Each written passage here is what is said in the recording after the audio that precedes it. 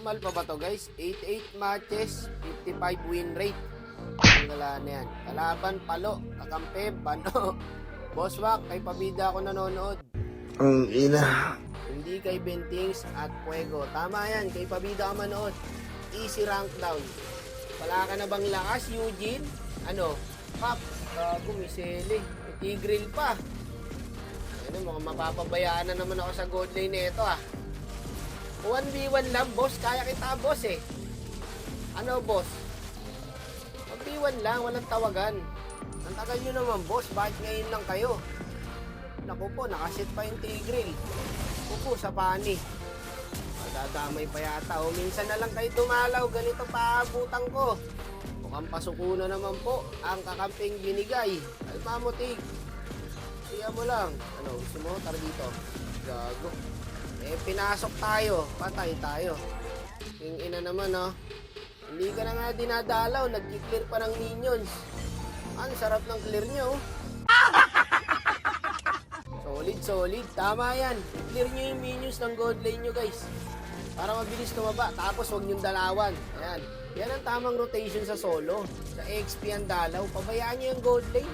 Wala namang kwenta yung gold lane eh. Hindi pa makaretry yung jungle natin. Tinamaan pa ng pana, namatay pa. Boss, sinalo mo po lahat ng kamalasa sa bundon to. Ayan, sinisi ka tuloy. Retry mo daw. Ayun, ang ganda na naman ng set ng Tigril. Amoy talo na naman po, mga kapatid. Ano na, Lucas? Tanggalaa kasi. Di Pabida ka nanonood eh. Ayos, retry. Wala ngang zone. Alam na nga nalugi eh. Kahit sa chat nauutal eh. Wala ngang. Pag may Mia kayo guys, wag na wag kayo magso-surrender. Si Mia po ang pinakamalakas mambaliktad ng game ngayon guys. Tatandaan nyo yan. Makaapat na item lang to, okay na. Pwede na matalo. Sige ng Badiance yan, ang sakit. Magpakasaya na kayo habang wala pa akong nature. Pag naka-nature na ako, panalo na to guys. Maniwala kayo guys. Testing ka, boss? Gusto mo? Akala ko titesting ka eh. Teka, tara Lucas. Ayun oh, nice one. Ito pa. Bago nakapag-dash. Habulin mo, malaking baboy mo. Ang gala na to pag nakatakas to. Oh, nag-dash ba to? Ang galing. Ayun lang, na-joke yung kalabang guys. Titesting ka rin, boss. Tara dito. Oh, subukan mo ako. Subukan mo. Yun ang mga naka-Badiance ang puta. Nakabwisit pag Mia ka guys, no? Tapos puro naka-Badiance yung kalaban. Para wala kang karapatang normal eh. Boss, kalmahan mo lang ha, my lord. Nako, mapipitas pa. May jungle ba tayo? Hindi ko ramdam ha. Kaya to, tiwala kay Boss Wack no. Dahil dyan, kukunin ko yung lord para sa'yo, boss. Gago, nakita pala ako. Mamaya na lang, second lord, kunin ko. Ilang kayo?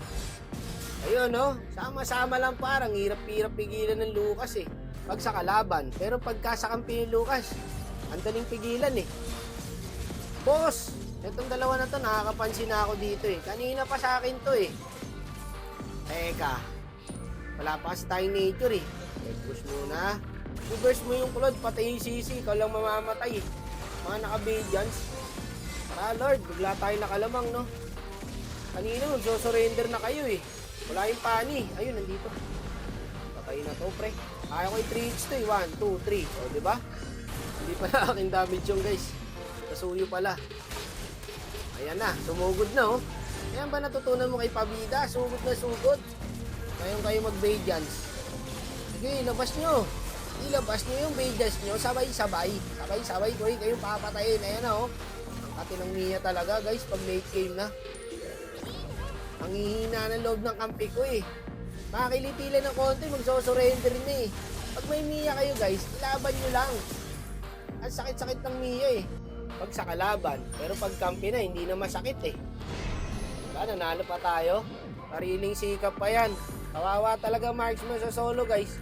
Pinabayaan ka sa lane, tapos ikaw pa magbubuhat. Kawawa sa inyo.